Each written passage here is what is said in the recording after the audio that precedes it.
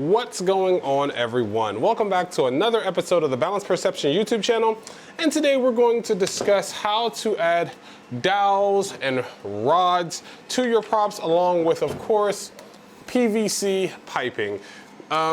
It's a pretty much simple method. I've had a few people asking exactly how you do it, so we're gonna go over it. Let's hop to it.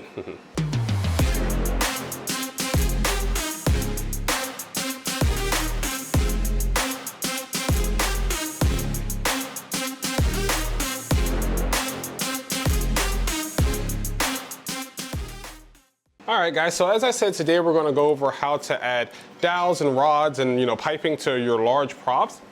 For example, here we have Ash's Viper from Overwatch, and inside of this, I can't take it apart because it's glued together, but to give you an idea, there is a plastic PVC pipe on the inside of this prop, the same way there is one inside of the Heavenly Staff here from a Record of Ragnarok.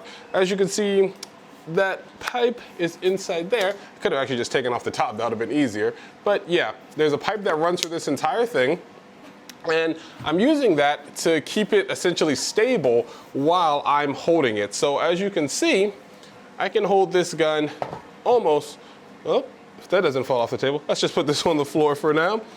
As you can see, I can hold this prop from literally almost anywhere. And that again is because the rod is running through there, the PVC piping is running through there to keep it all stable. On a prop of this size, you're gonna obviously want a larger, rod or piping or something going through it. But what about on your smaller props? Well, on your smaller props, you could use like a metal rod or, a wooden one. This right here is a 1/2 inch. This one right here is a 1/4 of an inch. And all you have to do is just basically set it in Blender accordingly. So I'm gonna hop over to Blender, show you guys how to do that real quick. And hopefully this will help you guys a lot in constructing your props in the future. So let's go over to Blender. Alright guys, so here we are over in Blender. I have Urbosa's sword imported. This is the next model I'm probably going to be adding to the store. And I use Blender because it's a great software that's free and you can do tons of things to files. I don't even use like 90% of the options here in Blender. But anyways, I digress. We're going to go ahead and hop to this. Here we've imported the file. We're going to go up to Object, Set Origin, Geometry to Origin. That right there will essentially center your STL file right above your origin here.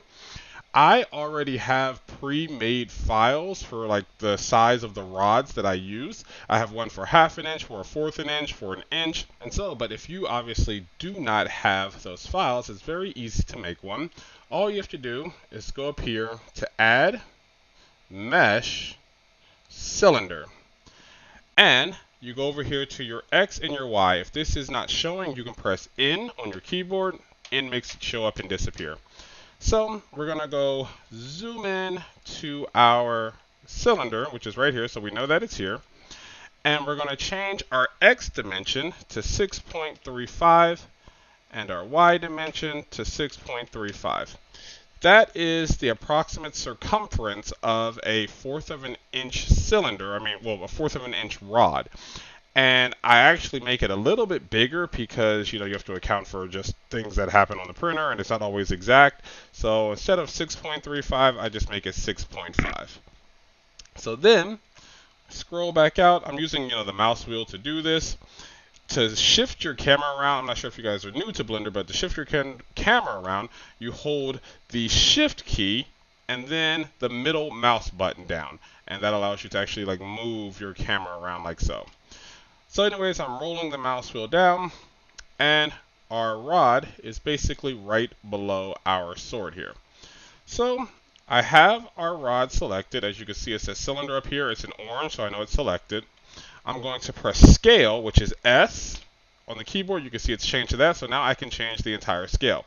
Well, obviously, I don't want to change the entire, dimensions. I just want to change only a portion of them, and I specifically want to change the length of the rod. So I press S, then I press Z.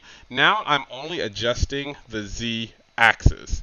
So I can make the Z rod as large or as small as I want.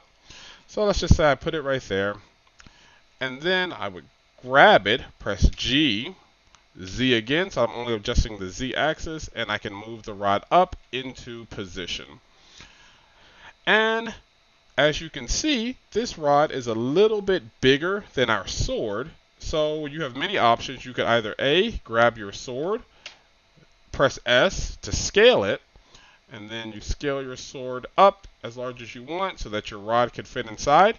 Or you have the option of using a smaller rod. Again, your dimensions are right here, and lowering or upping whatever you need those dimensions as needed.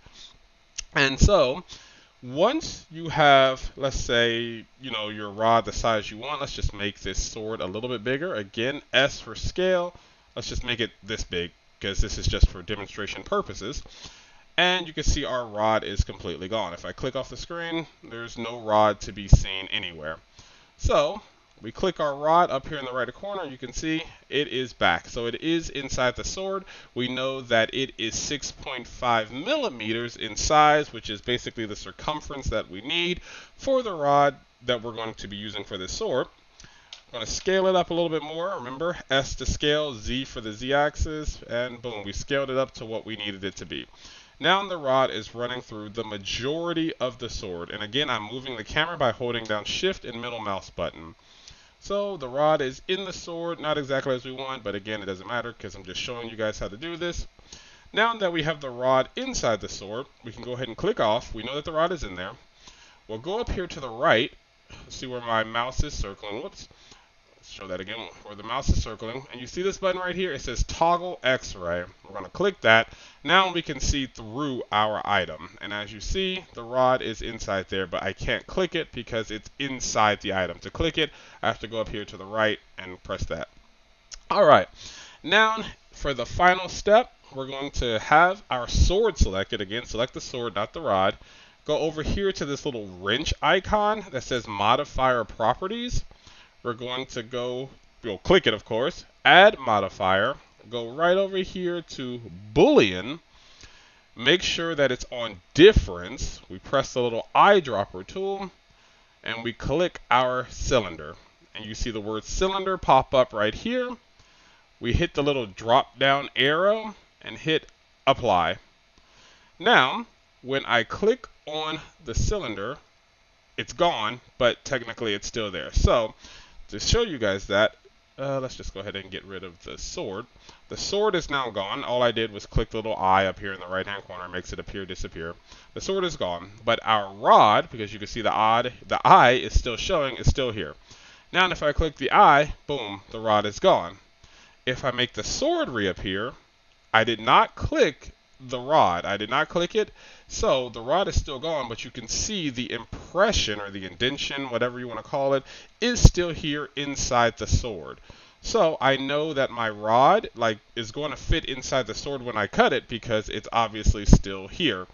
So that's a very easy way to add a rod to your sword. You can do this for any size. Say you want it, well, let me just go ahead and also say once you do apply the modifier, it is set. So let's say we go back, we hit Control Z, we're going backwards. So when we see that wrench appear again, still hitting Control Z, we're just going backwards. Okay, the wrench is back. All right, everyone, so hopefully that quick tutorial is gonna help you guys out a lot. Again, that's how I made, the rod that goes inside of this. And it's a rod obviously much larger than this 1-inch, wooden rod. But again, hopefully that helps you guys. And again, as you can see, very, very stable. No problems whatsoever with this holding its own weight. If this tutorial does in fact help you, definitely leave a comment in the comment sections below. Leave a picture of the item you're working on. I would love to, get some inspiration and see what you guys are also working on, what you're adding rods to for your next con.